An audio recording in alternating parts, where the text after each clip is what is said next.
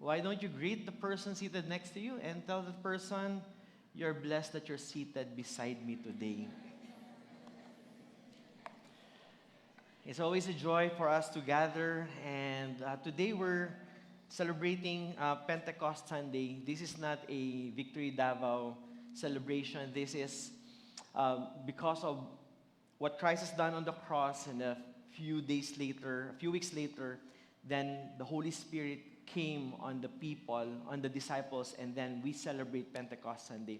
Now, as we get into the Word of God, can we all stand up as we read the Word of God today? I want to invite you to open your Bibles to Acts chapter 2. We will be reading a few verses, and then we'll be jumping and quoting different verses later on. Acts chapter 2, verses 1 to 4. This is the word of the Lord. When the day of Pentecost arrived, they were all together in one place.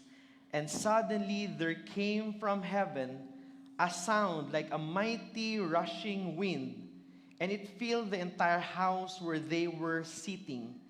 And divided tongues of fire appeared to them and rested on each one of them. And they were all filled with the Holy Spirit and began to speak in other tongues as the Spirit gave them utterance. This is the word of the Lord. Let us pray. Holy Spirit, we invite you. I pray that you would speak to each heart, to each mind today. And Holy Spirit, we ask that you would captivate our hearts today with your word. Lord, as we offer to you our attention and our affection, I pray that you would transform our hearts and our minds today, that we would live our lives not in comfort, not in our own preference, but Lord, we would live our lives in accordance to the purposes of God. And I pray, Holy Spirit, that you would even incline our hearts and move our hearts into a place of purpose, into a place of obedience. And Lord, we offer to you our time together this morning. We love you, we honor you. In Jesus' name we pray. Everyone sing? Amen. Amen. Be seated, everyone. After we celebrated our 30th anniversary, someone asked me this question, Pastor Jopet, what's next after our 30th anniversary? And I had to explain to that person that, the reason why our theme was from generation to generation, because the first 30 years is about the mighty work of God, the great work of God. And even in the next 30 years, we will continue to declare about the greatness of God.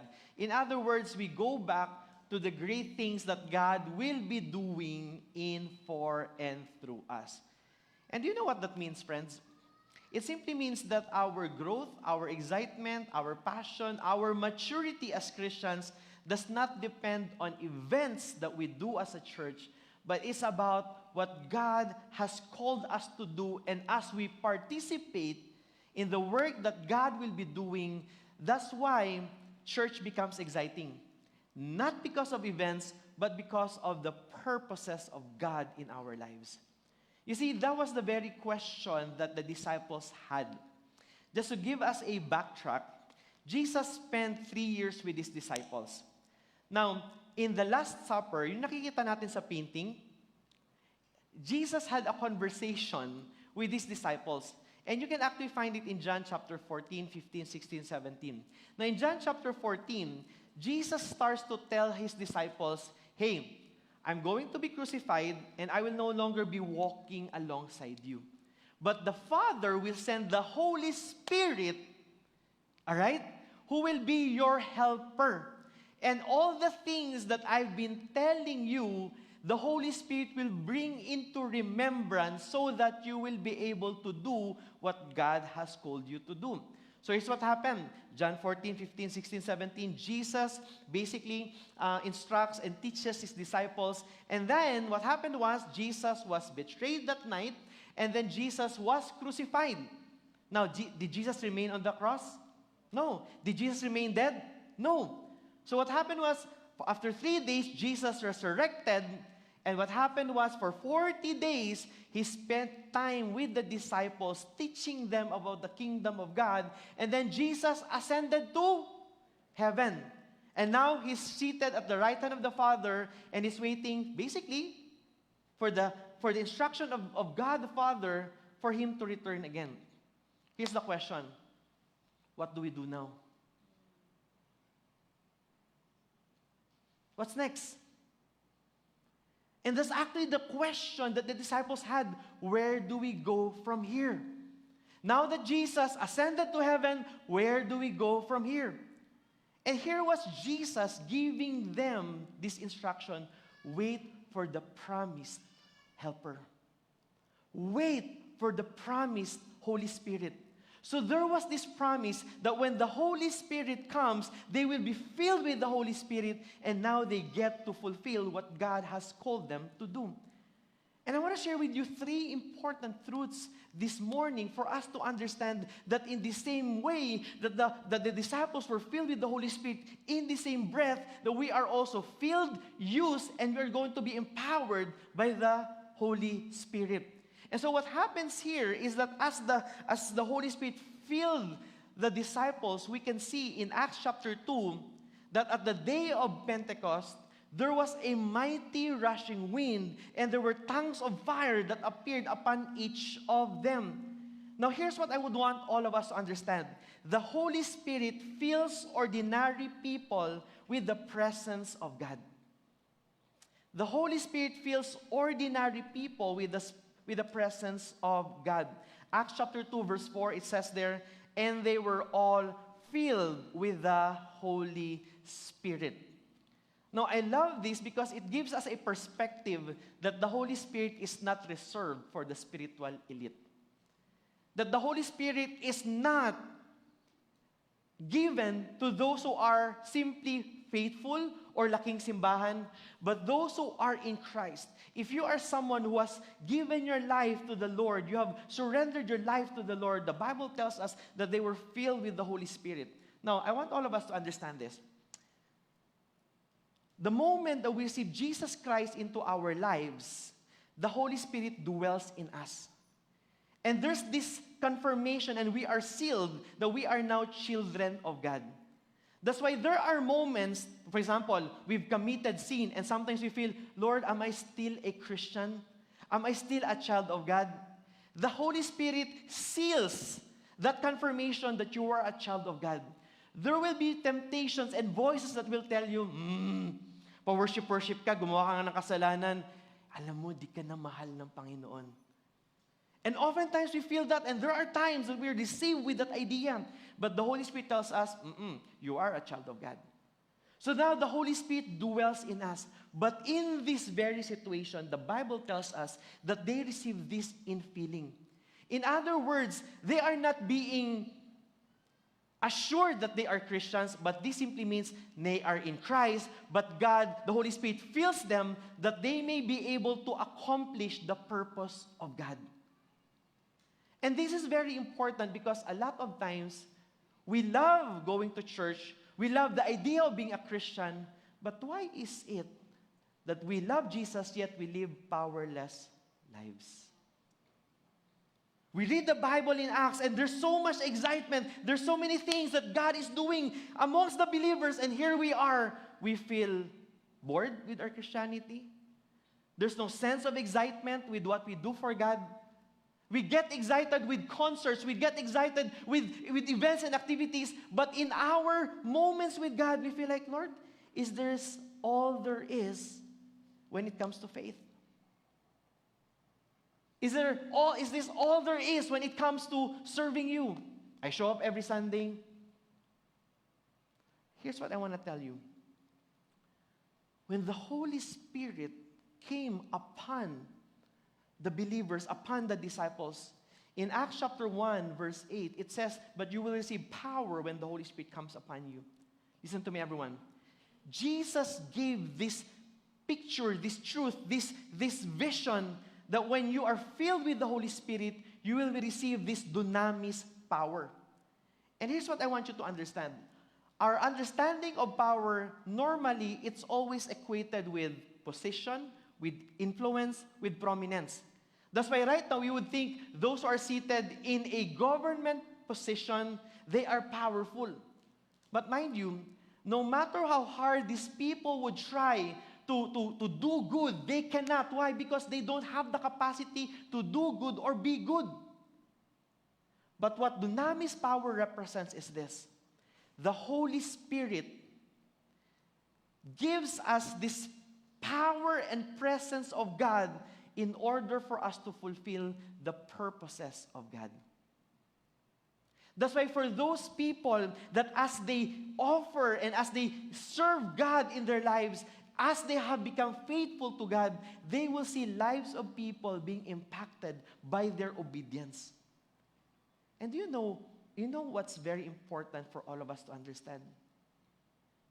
That the Holy Spirit fills us not for us to accomplish our own purpose, but for the purposes of God to be accomplished.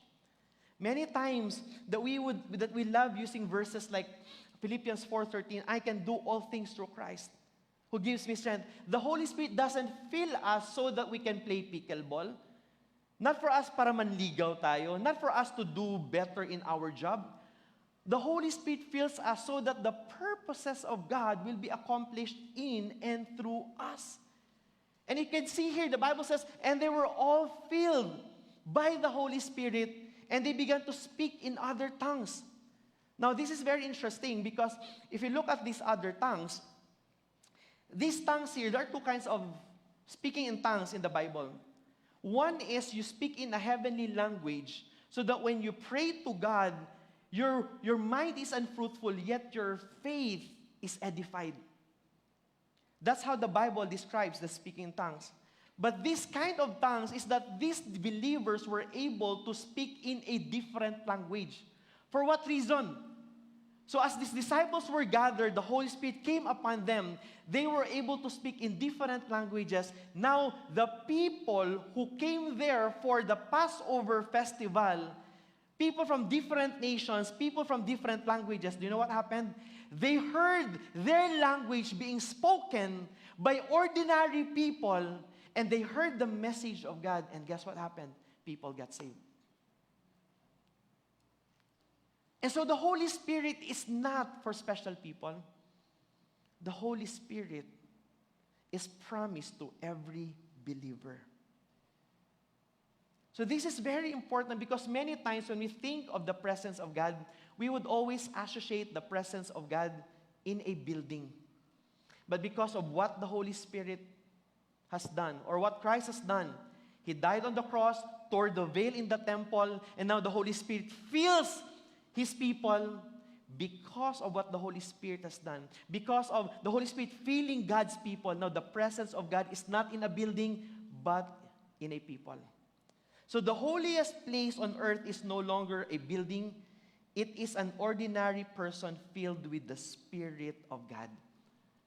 Interestingly, a lot of Christians still live like God only shows up during worship nights, inside church buildings, or in holy moments. But know that because of the Pentecost, God is with us. God is with you in your homes, in your offices, in your classrooms. God is with you in your date days. God is with you when you're stuck in traffic. God is with you nung sobrang mainit ang ulo mo. God is with you. And that's what the Pentecost is all about. And listen to me, everyone. Do you know why we have the church right now? The church exists not because someone had an idea, why don't we just have an organization with people who knows Christ? And maybe it's a good idea. Do you know why we have the church right now? It's because ordinary people were filled with the Holy Spirit, and they responded in obedience. They were emboldened. They received this boldness and this courage that comes from God, and they started to share their faith to other people, and people started to get saved. Now they would gather in their homes. They would celebrate what Christ has done, and guess what happened? We have the church as it is right now because there were people in history who were filled with the presence of God. They were filled with the Holy Spirit. And I want all of us to understand that we don't need to be extraordinary to be used by God. God fills ordinary people with the power and presence of God so that extraordinary things will be done through ordinary people. I remember before Rafa arrived in our lives, me and Audie, we received the news that in this particular day, we would be having Rafa. So what we did was that we bought certain cabinets. And then pagdating ng cabinet sa bahay, syempre, nagmamagaling ako, di ba? Ako nang gagawa nito. I will install and assemble it. So what my idea was, I got a screwdriver, a star screw, and started to, that one. I started to do everything with my own effort. The first screw, kaya pa. The second, medyo mahirap na. The third one, medyo mahirap na talaga to. Then Audrey reminded me, di ba, my love, you have a tool that was my gift to you? And I went, oh nga, no, I have this power tool. So I got the power tool, and guess what? Easy. Ink, ink, ink, ink, ink, ink, ink. Why? Because it was there. You see, many times we try to accomplish God's purpose in our lives by our own effort and capacity. But God never called us to obey Him, resting and depending on our own abilities. God has called us to accomplish His purpose by depending on the power of the Holy Spirit. So my encouragement to all of us is for us to recognize today when the Holy Spirit was promised to us, it's not for us to be amazing for our own sake, but for us to accomplish God's purpose.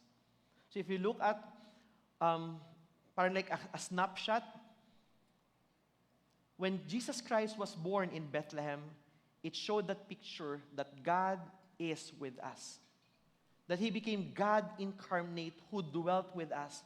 Now in Calvary, when Jesus Christ was crucified on the cross, and He gave His life for you and I, that showed the picture that God is for us. But during the Pentecost, when the Holy Spirit filled the believers, it showed and it sealed that God is within us. Now, and when the Holy Spirit fills His people, He also sets them apart. In other words, God fills us not for us to feel good about ourselves, but the Holy Spirit fills us so that we can be used for His purposes. Now, the Holy Spirit sets apart broken people for God's purpose. Now, I love this because oftentimes, inisip natin that God will choose the great, the talented, the gifted, that God will choose the people, the extrovert people. But listen to me. It's not about your age, whether you're young or you're old. God intends to use you. God can use drug addicts. God can use the murderers. God can use the immoral people. God can use anyone. He redeems our story, makes us whole, transforms us so that God can use us for His glory and honor. Now, Acts chapter 2, verse 14. So the disciples were filled with the Holy Spirit. They started to speak in different languages. What people did was they started to mock the disciples. And people would say, mga hubog man guro ni.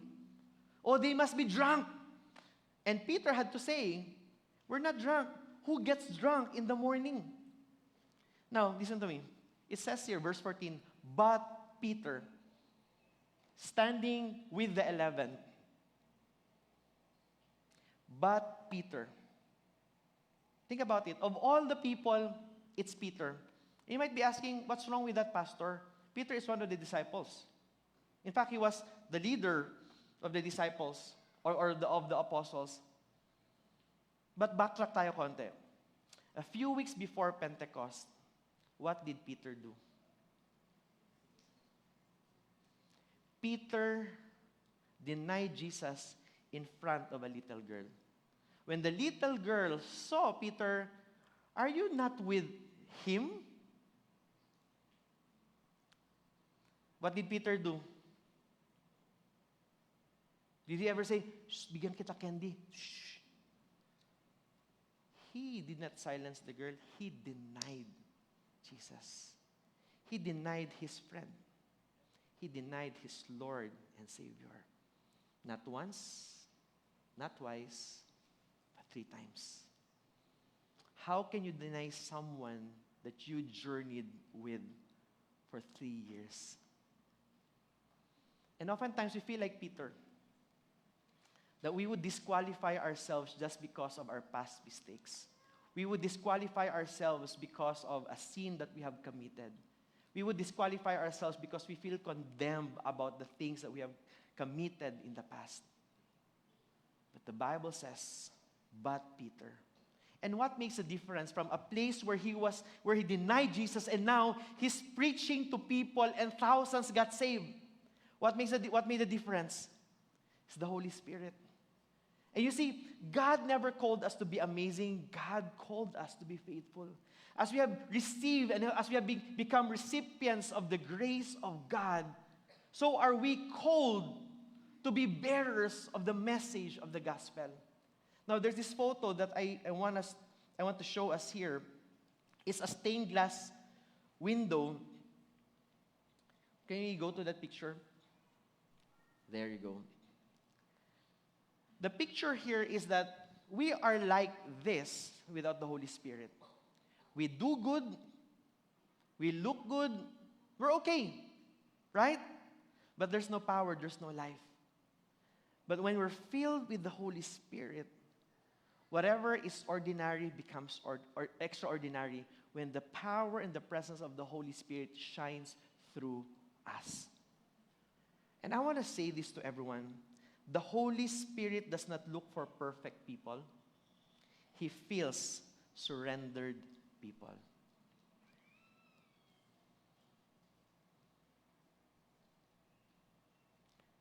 God never calls us to be impressive.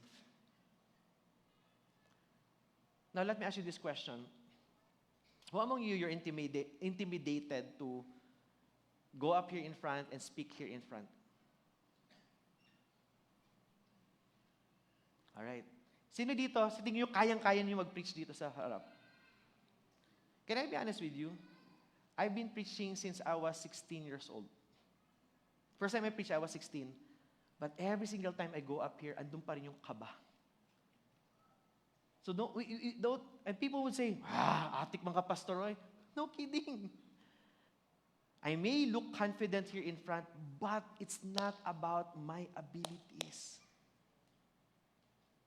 And many of our exhorters here in front, whether it's Sally, it's John, it's Jok, it's Lariz, every person who goes up here, I tell you, laging kinakabahan yan sila. Hindi ba obvious? Truth of the matter is this. It's never about the eloquence of our speech. It's never about how good we are. It's about the power of the Holy Spirit moving and working in and through us. That's why the Holy Spirit does not look for perfect people. He feels surrendered people. And so my encouragement to all of us here today is this. Are we moving in our biases and preferences? Or are we allowing the Holy Spirit to move in and through our lives? You see, many times we would make excuses that I've failed too much, that I am unworthy. And truth to be told, we are unworthy. But do you know what Peter would tell you today? You may have failed too much. You may have denied Jesus. You may have committed a sin so great that you think it's unforgivable. But do you know what Peter would tell you today? You have no idea what the grace of God can do with a surrendered life. So it's not about you. It's not about what you can do. It's not about what you have done. It's about what the grace of God and the power of the Holy Spirit can do in and through us. Look at the person beside you. Tell that person, gagamitin ka ni God. So not only does the Holy Spirit set apart broken people for God's purpose, but more importantly, the Holy Spirit empowers believers for God's mission. If you look at the story of Acts chapter 2, they started to utter different languages. People heard it, and they were amazed. And here comes Peter preaching the gospel, not to just a few people. He preached the gospel to thousands of people. And if you look at Acts chapter 2, it says there that 3,000 people, they heard the message of the gospel. They were cut to the heart. They responded. They repented, and they got baptized. 3,000 people were added to their number that day. Church, listen to me. Pentecost is an announcement by God that the gospel is for all nations. That it's not exclusive for the Jews, but every person needs and every person deserves to hear the message of the gospel. Now that is in contrast to Genesis 11, the story wherein people gathered and said, hey, let's build a tower. Remember the story of the Tower of Babel? They said, let's build a tower, let's make it so great that our names would be great. And God said, you're making an idol of yourself. So what did God do? God confused their language that they may not be able to understand each other. And so what happened was they separated ways. And as they continued to separate ways and they lived in rebellion, here's the truth. God was on a rescue mission to bring them back into the presence of God. In Genesis 11, there was a confusion of languages. In Acts chapter 2, the disciples, filled with the presence and the power of the Holy Spirit, guess what happened? They spoke in different languages so that this nation, every tribe, every tongue, every nation would know that Jesus is Lord. So Pentecost reverses what happened in Genesis 11. And in the same way, I want all of us to understand that the Holy Spirit is promised to us, and we are filled with the Holy Spirit, not for you and I to be mystical, but for us to be missional. But at the same time, let me say this. The Holy Spirit was not given so Christians could become spectators. The Holy Spirit was given so the nations would know Jesus. So the Holy Spirit doesn't come upon us so that we could sit every single Sunday and wait for the preaching and just wait for our favorite song to be sung every single Sunday. We are filled with the Spirit of God so that we can move supernaturally. Now, there are some of us that we will never go to the nations to become missionaries, but listen to me. Wherever God has placed you, in your homes, in your offices, God has called you to be a missionary there so that people would know who Jesus is, about the hope of salvation. And the only way for that to happen is when you speak out in faith and when you move supernaturally. To move supernaturally doesn't mean that you have to be like Pastor Jopet. To be filled with the Holy Spirit simply means that we are to preach boldly, that we are to endure suffering, that we are to serve sacrificially, and that we are to be faithful in making disciples. As we think of Pentecost, here's what I want you to understand. God wants us to move in power so that the people around us would know who Jesus is. So the Holy Spirit fills us so that He can empower us to fulfill God's mission. And here's what I would want all of us to understand. As a church, we are committed and passionate about God's mission. You may have been invited by a friend to attend church because that person might have said, attend ka church, treat kita ng lunch after. Or maybe someone invited you to church because it's air-conditioned here. But here's what I want us to understand. As a church, Victory Davao, we are committed in advancing the mission of God. And you've seen earlier in the video, in the missions update, that there are churches that are being planted. And listen to me, as a church, we will continue to plant churches. We will continue to start campus and pioneer campus ministries. For what reason? So that more and more people would know Jesus. And do you know the reason why we are committed for God's mission? John Piper said, mission exists because worship doesn't. Let me say that again. Mission exists because worship doesn't. What do we mean by this?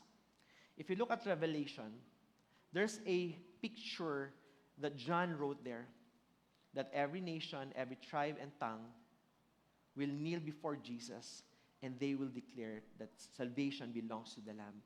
In other words, at the end game of everything, when we face before our God and Savior, people will be worshiping God.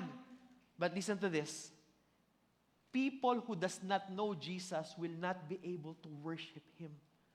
So as a church filled by the Holy Spirit, recipients of the grace of God, our participation, our faithfulness, our passion today should be to advance the mission of God, should be to advance the kingdom of God. That's why the Holy Spirit doesn't fill us, doesn't empower us for us to be able to do our favorite hobbies. The Holy Spirit empowers us so that the mission of God will be advanced. And if you stay stuck in your own preferences, Pastor, ganito talaga ako then guess what? We will continue to live our lives, powerless lives, and still stuck in our sins and our condition. And the situations around us, it's not going to change. That's why one of the biggest problems of Christians today, their emotions are fueled by social media and not by the Word of God. Let me tell you this, if you are not Spirit-led, then you are emotionally led. And the question is, what feeds our emotions? Is it God's Word? Or is it what we see in social media? When was the last time that we actually prayed for what disturbs us by what's happening in the world around us? It's easy to complain, it's easy to rant, it's easy to criticize. But listen to me, criticism, ranting, is not a fruit of the Holy Spirit. It's not. But my prayer is that we would align ourselves in view of what Christ has called us to do, to live our lives towards God's mission. You know, Victory is part of a global family of churches called Every Nation. And Every Nation has a 5-year rally cry, which we call Mission 2029. And Mission 2029, if you could go there, Mission 2029 is a global strategy of establishing campus-reaching churches in 20 nations na wala pang Every Nation Church by 2029. Now, if you could look at these flags or these different nations, these are the 20 nations that we are believing God for. All right? But for Every Nation Philippines or Victory Philippines, these 5 nations is what's entrusted to us. This is our stewardship. Azerbaijan, Guatemala, Italy, Lebanon, and Egypt. We coined it as agile nations. And our prayer is that, because we don't have an Every Nation Church in these 5 countries, our prayer is that by 2029, we will have a church in Azerbaijan, in Guatemala, in Italy, Lebanon, and Egypt. As you're looking at this, is there a nation that God has been stirring in your hearts? Do you want to hear good news? We don't have churches yet in these nations, but we already have people, pastors, teams that has already been set apart to go to these nations. Come on, let's give God praise for that. Our pastor who will be going to Azerbaijan just came from a scouting trip, and by the end of the year, they will be sent there and they will be moving there. In Guatemala, by the end of August, you've seen Pastor Gilbert Naron, they will be moving their whole family to Guatemala. They're currently in Panama right now. In Italy, by October, Pastor Dave Estrera, he will be moving his whole family and a few other people who will be part of the team. They will be moving to Italy to plant a church there. Now in Egypt, Pastor Rodnell, who is our missions director, he's moving his whole family alongside 10 other people. They will be planting a church in Egypt. Now, do you want to hear an exciting news? Lebanon, all right, Lebanon, Victory Davao and Victory Dumaguete have partnered together in sending a team there. Guess nyo sino ipapadala natin? Kayo.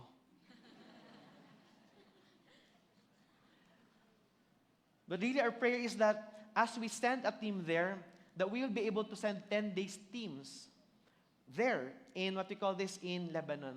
And the one who would be leading the team is our very own Pastor Tom Arellano. And our hope is that by 2028 that we'll be able to send them there. So this October, they will be flying to Lebanon for a scouting trip. And then by next year, they're going to prepare everything. Lahat ng tatlong daughters na ipapakasal nila so that when they move, I'm joking. Bata pa yung mga anak nila. But the idea is this. By 2028, they will be able to be fully launched and released to Lebanon. You see, we may think that the Philippines is a third world nation. But do you know what God can do with a third world nation? As a church, we currently have 202 Filipino missionaries in 40 nations. 202 Filipino missionaries.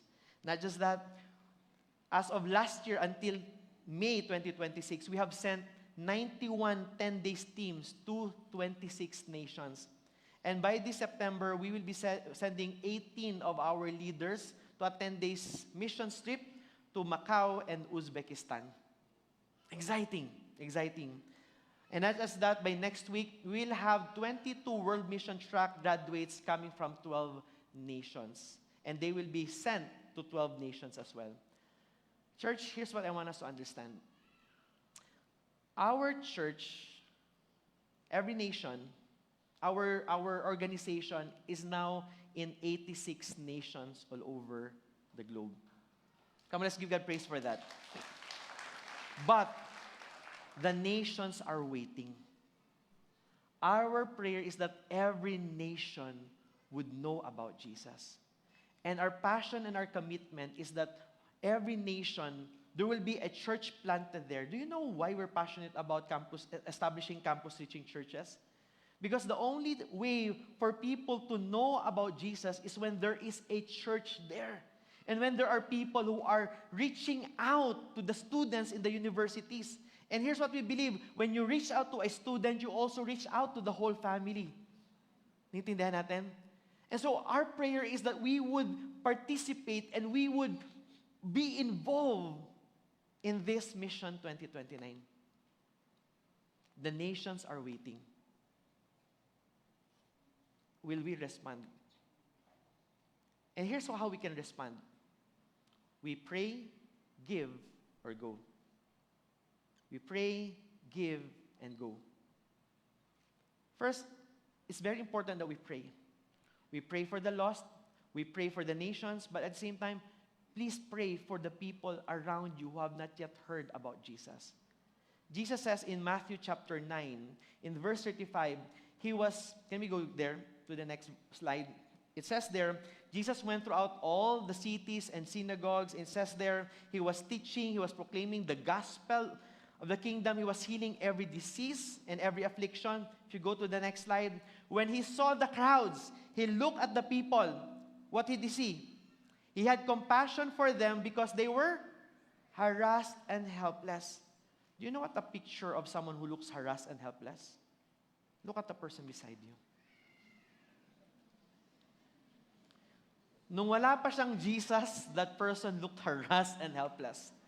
Searching for meaning everywhere, but nothing satisfies. So Jesus had compassion on them because they were harassed and helpless. They were harassed by sin. And they were helpless in their sinfulness. Let's go to the next slide. Then he said to his disciples, the harvest is plentiful, but the laborers are few. So what's the instruction? What's the command? Therefore, pray earnestly to the Lord of the harvest to send out laborers into the harvest field. Here's what I would like to encourage everyone. Church, listen to me. I know that there are things na pinagpe-pray ninyo. You are praying for provision, you are praying for reconciliation, you are praying for blessings, you are praying for promotion, you are praying for all the good things. But when was the last time that you prayed outside of your personal needs? When was the last time that you actually prayed what Jesus asked us to pray? To pray earnestly to the Lord to send out laborers to the harvest. I want to encourage you. Take the time to pray for a nation. Pray for your neighbors. Pray for your family members who are not yet saved. Pray. In fact, I want to encourage you. We have a prayer room over there at the back. It's open from 8 a.m. to 8 p.m. It's not a decoration for us to say, hey, we have a prayer room. But have you ever visited our prayer room and actually prayed? I want to encourage you. Invite a friend. Invite someone. And pray together. Go there. Pray for the nations. But not just pray for the nations. Give. You know, the mission requires a sacrifice. And when we give to the work of God, do you know what will happen? Churches will be planted. Students will be discipled. Bibles will be translated. Bibles will be given away so that people would know Christ and people would encounter who Jesus is. That's where our money goes. You see, we have nations. We have nations that for them to actually be a Christian is already a risk for them. And we have missionaries right now. We have missionaries right now that they are operating with only 10,000 pesos, raising their family, sending their kids to school, and yet with only 10,000 pesos, they also use that to disciple other people. And when I've met these missionaries, they are some of the most joyful people I've ever met. Because for them, they would simply say, it's such a joy for me. My greatest joy for me is to know Jesus in my life. But at the same time, the second greatest joy is to be used by God and to make Jesus known to the people who have not yet known Him. Giving is worship to God. Because where our money goes, it reveals what we truly value. Here's my question. Have you ever given joyfully to the work of the Lord? And lastly, my prayer is that we would also go. Some are called to minister and reach out to our offices, some to the nations, but understand that when we go, we don't go to enjoy the place for vacation. We go because the mission awaits for us. And understand that the same Spirit is available today. The same Spirit that filled the early church, the same Spirit wants to fill us today. Here's my encouragement to everyone. I pray that every single day of our lives that we would really depend on the leading, on the purposes of God, that we would be led by the Spirit of God. And encouragement ko is that we will find those people, or that we would allow the Holy Spirit to lead us to those people who are just waiting for us to tell them about Jesus. Amen? But at the same time, here's my encouragement to everyone. On your seat, some seats there's this, what do you call this? Parang a card. It's a Mission 2029 commitment card. Our commitment is to bring the gospel to the nations. Now, as a church, it's a great privilege for us to participate and also not even offer help, but for us to invest in the eternity of the nations and the eternity of people. Now, here's what I want you to do. We will be praying in a while, but I just want to read this first. It says here, I would like to give to every nation for missions. You can give a one-time gift, whether it's 500, whether it's 1,000. If that's what the Lord leads you to give, by all means give. But at the same time, if you would want to give a 12 months na giving of 500 or 1,000 or 3,000 or whatever it is that the Lord leads you to give, I want you to pray about it. And as we give, my prayer is that we would respond in obedience. And our prayer is that God would find us faithful. And at the same time, you can put your names at the back so that our admin people or Every Nation would be able to reach out to us as well. Every Nation Missions Office. Now here's what I want us to do. I want us to bow our heads and close our eyes. As we think about how the Lord redeemed us, think about what the Holy Spirit wants to do in us and through us. Know that God is the God who wants to change us and transform us, but at the same time, the Holy Spirit wants to use us. If the Lord is leading you to pray for a nation, to partner with a nation, if the Lord is leading you to respond by partnering with our Mission 2029, let the Holy Spirit just reveal to you today His plans and His purposes. I'm going to give you the next few moments to hear from God. But at the same time, I want you to ask God, Lord, I want you to use me.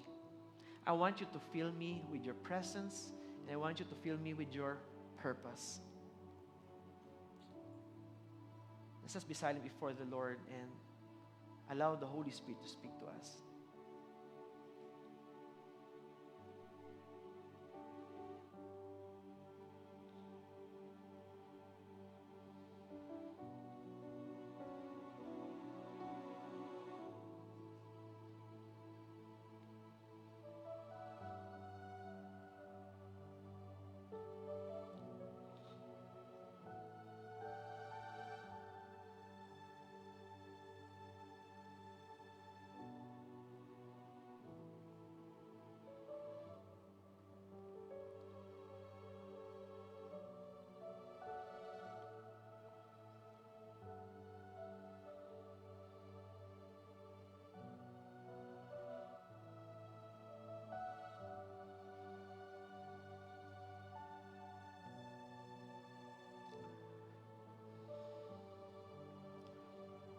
Holy Spirit,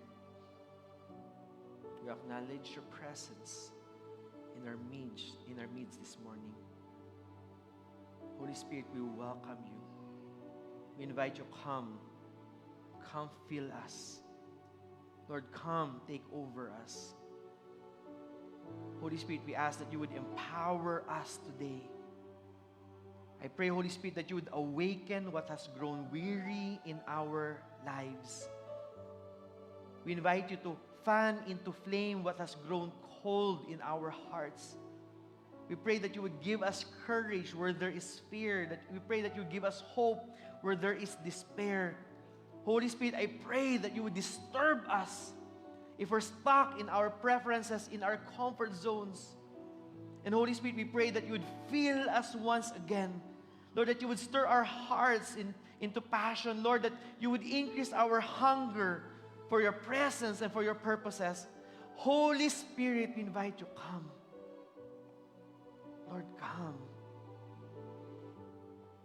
And Holy Spirit, we ask that you would send us into our homes, into our neighborhood. Lord, that you would use us in this nation, even to the nations, carrying the good news of Jesus, the one who redeemed us, the one who saved us. And Holy Spirit, I pray that you would use us so that every tribe, every tongue, every nation would know that Jesus Christ is Lord. Can you ask the Holy Spirit to fill you right now? Just ask the Holy Spirit, Holy Spirit, fill me today. Lord, fill me today. Lord, in this simple moment that we're in, Lord, we want to build this monument with you. Holy Spirit, fill me. Holy Spirit, fill us with your power.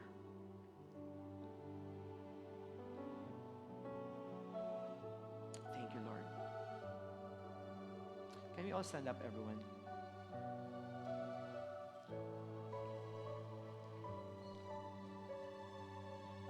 Before we close in prayer, I just felt this in my heart. Oftentimes when we go to church, we're always asking, Lord, I want to receive something. But you know, the very things that we want to receive, God has already given. God has given us His salvation, and God has given us the Holy Spirit for us to be able to live the life that God has intended for us. So the challenge for us today is not about if we feel good after our Sunday service. The challenge is, are we going to apply what God has called us to do? You see, the very moment that we get out of these four corners of the church, we're going to be in fellowship with people who are broken by sin, harassed and helpless. And many times they're asking, Lord, where do we find hope? Truth to be told, they can never find hope in the government or in the economy. Wherever they may go, people will always experience brokenness. But what people need is Jesus. And so there is this call for us as a church, as we have received the message of the gospel and as we're filled with the Holy Spirit, that we are to go and proclaim who Jesus is. That we are to go and be the salt and light. And so here's my encouragement to everyone. I pray that you would find the opportunity this week to share and testify who Jesus is to the people around us. Not just that, if you have the capacity, I pray that God would use your resources to bless people so that they will be drawn and that they will experience the generosity of Christ through you. I pray that you will be the hands and feet of Christ. But if you have the opportunity, I pray that you would also proclaim who Jesus is. Because they will not know unless they will hear. And so my prayer is that the Holy Spirit will fill you with His power, with His presence. And I pray that we would start aligning ourselves to the very heart and to the purposes of God in our lives. Question, everyone, do you want to live your life? Do you want to live and experience an exciting life? An exciting life is not about the pleasures of the world. An exciting life is about being in the very heart of God. I promise you, there's no joy in this world that can ever compare to the joy of being in Christ. And if you're that very person, you're constantly looking for happiness, pleasures, and happenings, it's maybe because you haven't experienced the joy that is found in Christ Himself. I pray that you would experience the joy, the kind of joy that can only be found in Christ. Can we all lift up our hands to the Lord? Lord, as we lift up our hands, I pray, O Lord, that you would fill us. Lord, I pray that you would align our hearts to your word, to your truth, to your purpose, O Lord. And Holy Spirit, I pray that as you fill us, may you lead us into a place of surrender. Lord, we lay aside our biases, even our hurts, Lord, our wounds of the past. Lord, if there are relationships, Lord, that's who are hindering us from really offering our lives to you completely, Lord, we lay this aside. Any hindrance, anything, God, that we have allowed to take hold of our emotions, of our hearts, Lord, if there's anything that has taken your place in our hearts, Lord, we lay it before you. Lord, we surrender our lives to you. And Holy Spirit, we ask that you would fill us. And may we become your hands and feet. And may we become the salt and light, Lord, to the people around us. Use us, we pray. Bless us, we pray. The Lord bless you and keep you. The Lord make His face to shine upon you and be gracious to you. The Lord lift up His countenance upon you and give you His peace. Lord, we may experience highs and lows in this world, but nothing can ever take away the peace that's only found in you. Lord Jesus, we love you. Heavenly Father, we love you. Holy Spirit, we love you. In Jesus' name we pray. Amen. Amen. Amen. If you have decided how much to give, you can just drop it in the offering box at the back. God bless you, everyone. Our gathering has ended. Our service to the world begins. God bless you all.